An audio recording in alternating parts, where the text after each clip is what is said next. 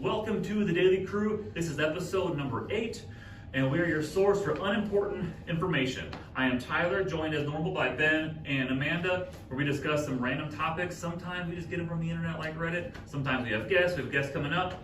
But let's start today with some interesting discussion topics. Let's go, Ben. Okay, so the first one is, what's an underrated thing to bring to a party? Underrated to bring to a party. I think you're the king of this because you like to bring like cookies to parties. Is there store-bought? People love cookies. Yeah. People love cookies. I don't like showing up empty-handed. Yeah. I like to have something, and I don't drink beer, so I don't ever bring us cookies. I gotta bring something, and sweets. People love sweets at parties. Cookies, Yeah. Easy store-bought stuff I don't have to make myself. So I know it's gonna taste good. Yeah. You know, I know people are gonna like it, and it's not a mess later on that I have to clean You're up. right. Yeah. And I would take, I think that's underrated. Things like cookies, baked goods. Anything, Amanda? I'm trying to think because I'm pretty good at that too. Like people are like, oh God, good idea. Yeah. Like here's an example. On a float trip, we were, all in the big party raft. Yeah. And I pulled out like a big thing of dill pickles and a big thing of watermelon, and everybody was like, oh, because it's like, it's hydrating, it's giving you the salts, like that kind of stuff. Yeah. Yeah. I noticed at parties, people like just the small things that they can pick at. Yeah. Those do better than like bigger things. Like, so if you're getting cookies, it's better to get the smaller ones than it is the big ones, because you notice people will take a cookie and split it in half and put the other back. Yeah. So it's better just to get the smaller ones, and then it's like pretzels and carrots. And another thing that's really good for that, I feel like is very underrated, is Twizzlers. Now, I know not everybody likes Twizzlers, but there's a lot of people that do, and when you have them sitting out on the counter, people just can't stop themselves. They just gotta have Do you them. prefer the right or the left on the, Twizzlers or Twigs? Twizzlers. I messed up my joke. See, do you guys like licorice? I can't stand licorice. I'll eat I like like a it. Poland Karen peel. likes it. I will, but I like it, but I do know a lot of people that also don't like it. Yeah. But I'm just saying, I mean, People do. I mean, Not everybody likes everything. right. And then there's like, you hear about like those little sausages and stuff like that. People like that too. Cocktail wieners? yeah. Mm-hmm. That's what I'm gonna say, wieners. That's why I said it. Yeah, but obviously like food, like that's the way to go. Bring Yeah. snacks, bring food and stuff like that. And you don't have to bring a whole meal or anything. A game. You could bring a game. Yes, a game is good. A game is good unless the host already has a game in mind. Then, like, obviously. And games are weird because, like, some people. All right, Amanda keeps kicking this. Our new It's in fancy my studio way, keeps man. kicking everything. Games are tricky because, like, some people like to play them a lot. Some don't Yes. really like my side. Enjoy them. I'm always like, let's play a game. Let's play a game. Yes. Like the brown side, it happens, but it's much less common. It's not like every time we Well, get together, let's we do used stuff. to do games all the time. But we have a hard time getting on track and staying focused. Is it normally one person that ruins it? It's usually I would say it's more than one person. It's a bunch of us. Who is it besides Adam? I would say I was gonna say I already. We know. all. I can say I'm probably guilty of it because, like, I don't know. It's just one of those. I don't know, but I'm just trying to have a good time, and I think that's what everyone is trying to do. So, but I don't know.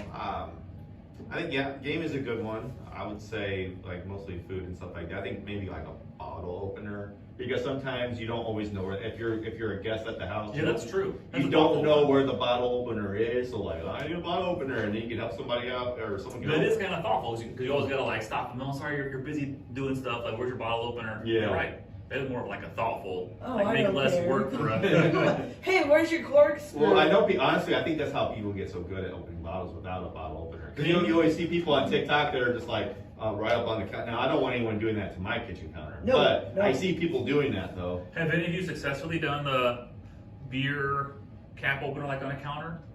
No. No. I would never Oh try no, that. I've seen it on TikTok. I have seen it. I did it once. We were on a family vacation a few years ago, and we were at some house. They had like a really like fancy. It was like a stone counter thing outside. I was like, all right, this seems like a good time. I'm not going to break something trying this.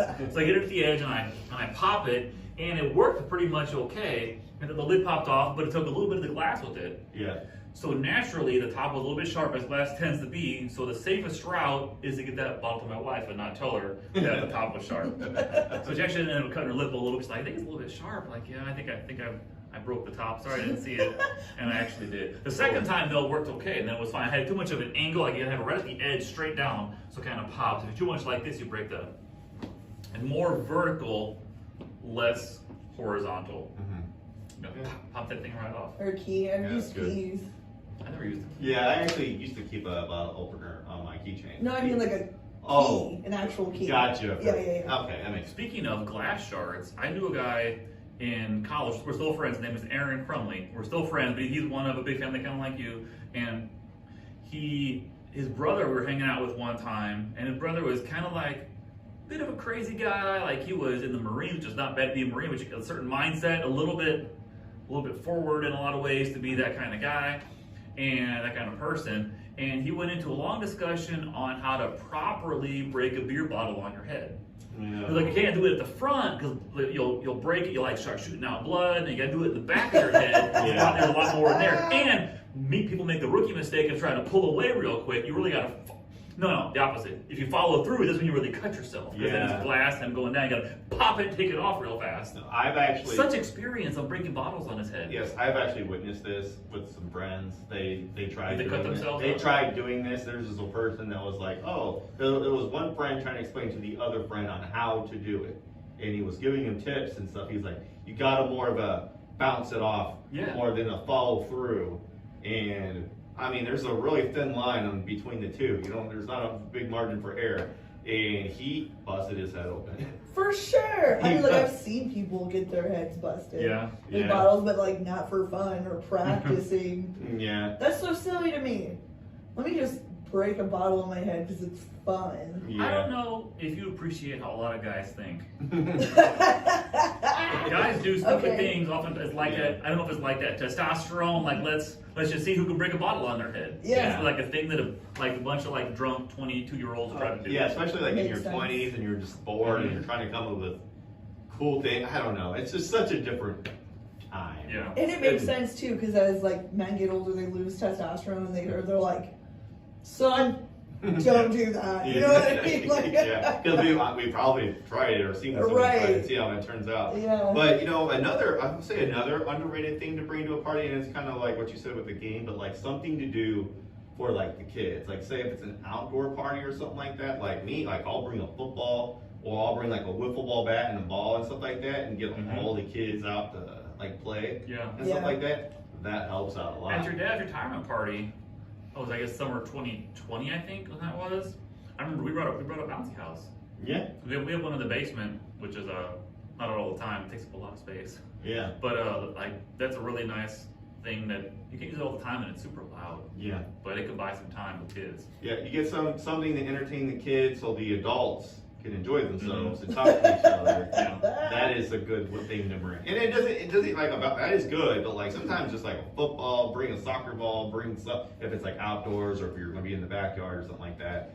Very underrated. It's so funny that like when we were kids, well, I don't know about you guys, but like if parents are partying, it didn't matter what we had to do or anything, but we were just go, don't come to me. You know what I mean? And now it's like, you're like, let me bring something. There's a big difference in that. Like that, you talked about it, about being a little more aware of our parenting style, because that's so true. Because my parents never were partiers. We were at be at things sometimes, and it was like, we're gonna go, we'll leave when we're ready. Fall asleep on the couch or the floor, just how it goes. Yeah. Not like, oh, we're leaving because the kid's tired. No, we'll leave when we're ready. If you're tired, that's fine. Fall asleep. Right, go sleep. Yeah, If sure. you're tired, take a nap. Yeah. Absolutely. Yeah. What else we got next on our list? Okay, the next on the list is what are the fake things that happen in movies that really annoy you? So many. The first one that immediately comes to my mind is how high school is portrayed in movies. By 35-year-olds? Yeah, it's not like that in real life. Like it's like almost like they give you, it's like college, but in high school. It's how schools try to make it seem like kids can just cut out of class whenever they want. They can, it's just, I'm like, high school is nothing like that. I think the ability, the lack of pain from punching things is something. I never tried to break a window with a fist. I never really hit someone like full force and anger. In movies, it's like nothing, but people in real life are like, man, that hurts. Right, You break your smack your hand. fist into something. Remember the movie Last Action Hero? You guys ever seen that? It's very self-aware because like Arnold Schwarzenegger, like in the movie, but like a magic ticket brings him out into real life, and it's like he punches a car without a brake. It's like that really hurt, and then he's like, oh, I'm out of bullets in my gun. Like all these things that don't happen in like in 90s and 80s action movies. Yeah. But I think the lack of pain when punching things is super unrealistic. Yes, that is annoying. The high school ones get me so much because the people in those movies are so self-aware, so emotionally mature. Like, that is not real life. No. Most adults aren't even that self-aware. You know what I mean? Like, exactly. Oh, it drives me nuts. And then like, 'cause I remember when I was in high school, because I was in high school following when like movies like American Pie came out, when they were in high school and partying. I was kind of expecting that, and I was my freshman year. I remember saying, "Where are the parties at? Where are they at?" I've not been to one party yet. Where are they at? And there's no parties anywhere. And I'm like, man, that was a lie. It's a whole lie. It really is. Yeah, build the whole thing up and like it's nothing like real life. Yeah, I was in high school when that happened, and I had also been to band camp by the time the movie came out. It wasn't anything like the movie says it is, by the way. Almost every time someone says this one time, I go at band camp. By rule, Or out loud. you gotta say. Yeah. You have to say it. You know, Just one time at band camp. Yeah. Another one is when they're fighting, and like say the good guys beating up all the bad guys, and they only charge them one at a time. They all like patiently wait their turn. It's one person in the middle and like a round of 10 bad people. Let's fight. Well, let's not go at one time and like hold their arms up and beat the crap out of them. Yeah. Let's just do one-on-one, and always the badass is saved for last. Like that really knows karate or something. With their nunchucks and bring them out. Yeah. I was like, wouldn't it be better if we just all charged them at once? Right. No, there's people out here. And because he's got to live, that also drives me nuts whenever, like, there's like a bad guy, and they're just killing people easy. Yeah. And then they run into the protagonist, and they don't kill them. They like have a whole conversation when they could have just killed them. Yeah. Easy. What is it? The first Austin Powers movie? Which obviously spoof, farce, and everything. Yeah. But it was like Seth Green, right? Dr. Evil's son is all like, "Why don't you just kill him now? All right, here I got a gun in my room. Let's just kill him right now." No, we're gonna make an over elaborate trap, which will drag out too long, which you have a chance of escape from. Like, why don't you just kill him right now? No. You don't know how you do things. Right. And like the ones that are, I think, aware of those, like Scream, like aware of the scary movie world. Yeah. Yes. Yeah. So, yes, there's so many, but like, yes, I think we hit it right on the head. With action movies are so far, like, so many fake things. You really have to just suspend all belief. Yeah. When you watch those movies, that's the only way you're enjoying them and stuff like that. And I'm trying to think of some other things that really pop out, and I would say, I don't know. I think the high school and action movies is all I got. I feel like college in movies is more accurate than high school in movies. Yeah. When I think of like college scenes in movies, they're not drastically different. Probably like the size and caliber of parties, same as high school movies, is what makes for a better movie, I think. Yeah. It was like 500 people at some big huge house with a pool in the backyard, and like a DJ spinning stuff. Yeah. Right. So unrealistic. I know another one that's typically action movies. It's the silencers, the guns. I've heard they're not that quiet at all. No, they're not quiet at all. But like, I don't know. They're like in the movies when they use them, they're like, "Pew," like they don't make any noise at all. It's not exact. It's not how it works. I've heard that too. That they're not nearly that quiet. Like they're quieter, but that's different than being quiet. Right. It's like your people in the room are still when you hear it. Right. It's like, All right. What else we got next? Okay. So in the next one, the last one of this segment is what do you actually want normalized? What do you want normalized? oh my gosh. I know. This is There's so many things. there's so many things. Most of them are very controversial. You got one off your head? It's too controversial. Is it? Yeah, I would rather not. Do you have a less controversial one? What's the least controversial of the controversial things? No, aren't I gotta pick through. You guys go ahead. Okay. I mean, this is such a hard one, but I mean, it's not hard, but it is at the same time because I'm trying to pick up which one do I want to say. I guess easy one is just be people being open and honest and being comfortable. You know what I'm saying? Like without other people having to give advice. You know what I'm saying? Like sometimes, like if I'm talking to you, like I just want to get something on my chest. That doesn't mean I want your advice. Yeah. You know what I'm Right, saying? yeah. Like let's normalize that. Like don't just give advice to anybody. Like I get that at the gym and stuff like that. I see people. That's one of the most common complaints at the gym is people will just walk up and start giving advice like, oh, you're not holding that right. You need to position your elbows a little bit better. Blah, blah, blah. And they probably think they're helping. Yeah. Yeah, like, you know, let me be. You know what They I'm come saying? at it with good intentions, Yeah. but also like I had told somebody before that was always trying to like give me advice and what works for them. I was like, if I ask you, give it to me. Yes. But if I don't, I'm not like I don't want your advice or your opinion. I'm just telling you something. I think that's like the age-old argument between a lot of husbands and wives, because I think that men are very much like fixers. It's like there's a problem, let's do this, and you'll be fine, you'll be done. Like we'll if you have a problem, we'll fix it. And I think a lot of women are so much like, no, I just want to be heard and tell you what's going on. Yeah. Like that's led to a lot of arguments with my wife and me, because she'll say something and I'm like, oh, well, here's what you can do to fix that. Like that sounds like a problem we can fix. Let's do that, and then it'll be gone.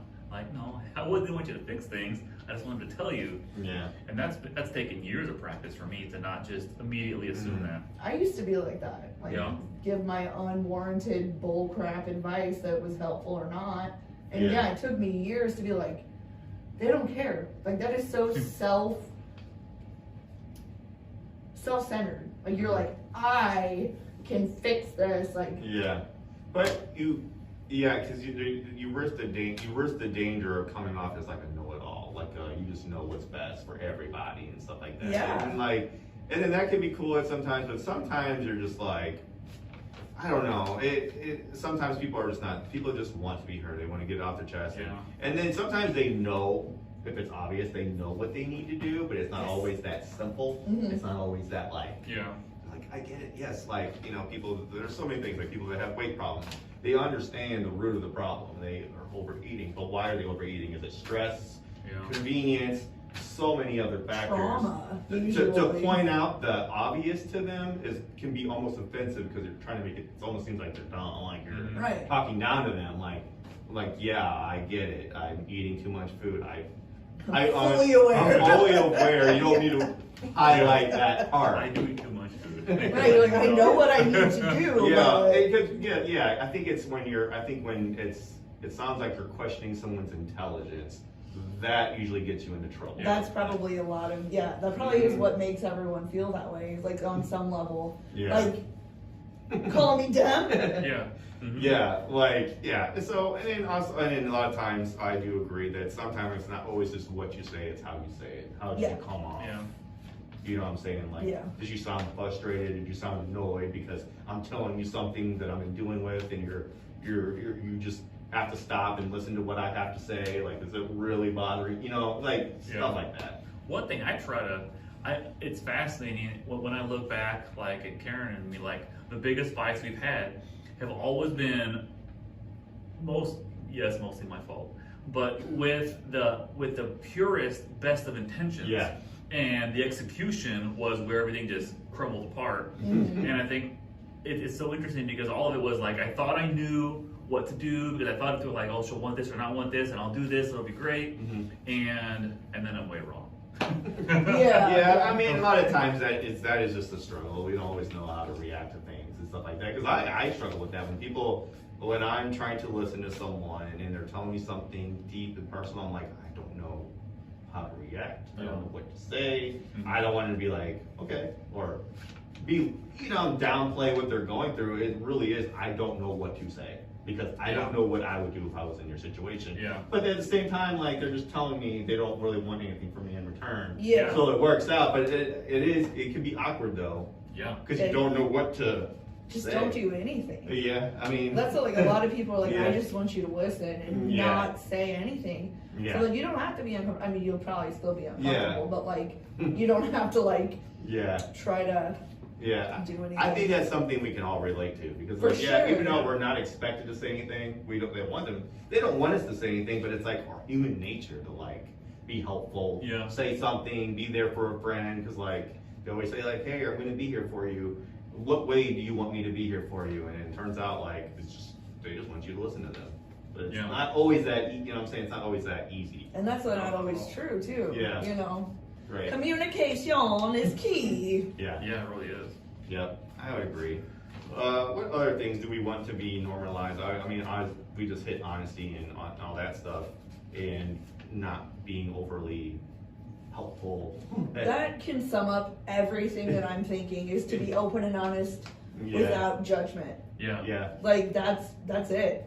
yeah. I feel like the whole world would be just so much better if everybody could just be open, say what they're into, say what they like, and you know what I'm saying, like normalize like what kind of music you like or what kind of anything. Like, don't turn off music just because there's other people in the room. If you like it, you should be listening to it. Yeah. You know what I'm saying? There's a lot of people that do that, and I used to be guilty of this. Like, I like music of all different kind of genres and stuff like that. But I'm like, oh, there's other people here. I better listen to the popular stuff. Yeah. You know what I'm saying? Like, Yeah. I feel like normalize your interests so other people can do that too, and then they can also be comfortable, and then it's just a win-win for everybody. Yes. Yeah. All right, so that wraps up that segment, and today we're debuting a new segment, and it is based off of the Reddit thread, Am I the A-hole? What is it? AITA, right? Yep. Mhm. Is the Reddit thread. Yeah. Pretty much, if you're not familiar, there's like a story of some kind, and then how somebody reacted to it, and they wonder like, is this totally out of line, or was it even pretty in line?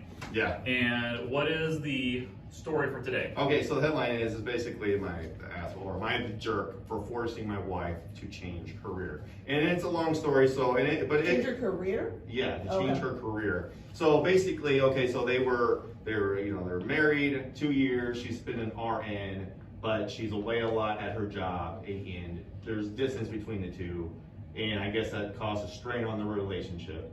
And 2 years have went by. He decided he couldn't deal with it anymore, so he gave her an ultimatum. Gave her an ultimatum that you either need to change career paths, do something, or we need to get a divorce. Bye. So, hold on here. So, she loves him, they love each other. So she was like, okay, well, I don't want to get a divorce. I want us to work on this relationship. I'll do anything. So she ended up changing her career path, no longer an RN. And then the pandemic hit, and she sees all the nurse shortages out there. And she was like, I could be doing this right now. I want to do this, but you made me quit for you, and now she's sad about it, and now the husband feels like a jerk. Or they're asking, okay, am I a jerk for this? Should I have given her this ultimatum? So what do we think about that? She should not have said, you made me do this, because she chose to meet him in the middle. Mm-hmm. He's not, obviously you want to work on your relationship, but if you tell someone, like, change your job or we're getting a divorce. Yeah, pick your job or me kind of thing. Yes. Bye. Like, that's just the kind of person I am, though. I'm not, like, if you're going to try to make me do something to make you happy, Mm-hmm. what? Yeah. Be happy yourself first. I am not here to make you happy. You know what I mean? Like, Yeah. I don't know if he is the asshole in the end. She just could have gone back to being an RN. Mhm. I'm wondering if she was a traveling nurse. Yeah. And so, like, and that makes a lot of money. Mm-hmm. Yeah. So, like, I don't understand. And what career path did she go into? I didn't really say. I wonder, we talked the other day about the shades of gray and how the conversation went, because or like how much buildup was there? Like, this is really, really hard on the rest. Yeah. Like, there's like kids involved, was like, and you're always on like opposing shifts. Like, it's taxing. Yeah. All the time. Mm-hmm. And I don't know if I can just do this forever. Yeah. Because there's that tone, Mhm. and there's you got to pick this or that, and Yeah. there's a lot of gray area there. I think at first he had the right intention. He told her how he felt. He said that this was very hard on him, and he doesn't know if he can go any further. I think the ultimatum thing was kind of, they should have met in the middle. And you wonder if she knew prior to that ultimatum how bad it really was. Yeah. Yeah, were they already discussing it? Yeah. I just think like I've never been a fan of ultimatums. I just feel like that is just too extreme. Like this, like, do you really love me if you're really giving me? If you're saying this, or you gotta do this, or it's this. I feel like you gotta find a middle ground. It's kind of meet in the middle. Figure out how you can make it work so she can still be in, I don't know, what was it, find a different hospital or different something. I don't know what the answer is, but like, I feel like that approach is way better than just saying you're either changing your careers or we're getting a divorce. I feel like that is just way too extreme. I'd rather them just try to work it out and try to figure it out together, find a middle ground, you know. For sure, and like there can be exceptions to that rule because like you're talking about is gray. I gave someone an ultimatum. I said, you accept my kid or you're gone. You know what I mean? Like, that's so there's a good exception. That is actually a really good example of a ultimatum that needs to be said because your kid's not going anywhere. No, so you that's either exactly it. So you either got to deal with it or I'm sorry, there's nothing I can do with that. Like what else would you expect from a person that wants to be a good parent besides that statement? Exactly. Expect? Some ultimatums are good if they're done if they're done appropriately. But like this or anything, if it's like oh, I don't want you going out with your friends anymore, or stuff like that. I feel like that is just way too, because that's you're showing the person that you're willing to move on without them when you're giving them an ultimatum. That you're saying that like I'm ready to move on without you. I'm ready to do that. That's exactly what it is. If you don't do this, I feel like that is a bad message because then you're like, and that person's like hearing that, like, oh, okay, so then do you really love me then? I honestly think that based on how we communicate, it's a stereotypical thing, but like men and women, how we communicate, that I think a lot of times men are so unaware of some of the consequences emotionally of their actions versus the other way around, that I think a lot of times guys don't know that much how their choices are impacting others. Yeah. You know what I mean? And like so I think because of that, I think the ultimatum can really work one way or the other way a lot differently. Yeah. Because a guy might realize like, my wife's on the brink of leaving me if I don't change how I'm acting. Yeah. I might want to change my actions. Yeah. Or I feel like if the reverse, I feel like just the way we communicate, people are at different stages of knowing how close you are to losing somebody. Yeah, that's a good point. I want to be clear too. Whenever I said accept my kid, I would never date anyone who wouldn't in the first place. Accept them for who they are. Yeah. That's what I mean. Yeah. Yeah. That's good. Yeah, I can see that. Like, I just feel like usually ultimatums, I feel like, are the last thing. Last resort. Last resort. I would say so because like you look for counseling, therapy, any kind of help, anything. You try to exhaust every option before it gets to that. And then there is times where that is necessary because like say they've been saying that they're going to change or do whatever, do something better for years and they don't, and you've exhausted every option and still nothing has been changed. And like if addiction comes into play. Yeah, and it's starting to affect Drinking, you. drugs. If it's affecting you mentally and stuff like that, that makes all the sense in the world. Mm-hmm. I'm just saying from like if you just straight off the bat give someone an ultimatum, not willing to work with them and exhaust every option, make an actual effort to find the middle ground, I feel like is, Yeah. If your first impulse is an ultimatum, you're probably going to end up pretty lonely.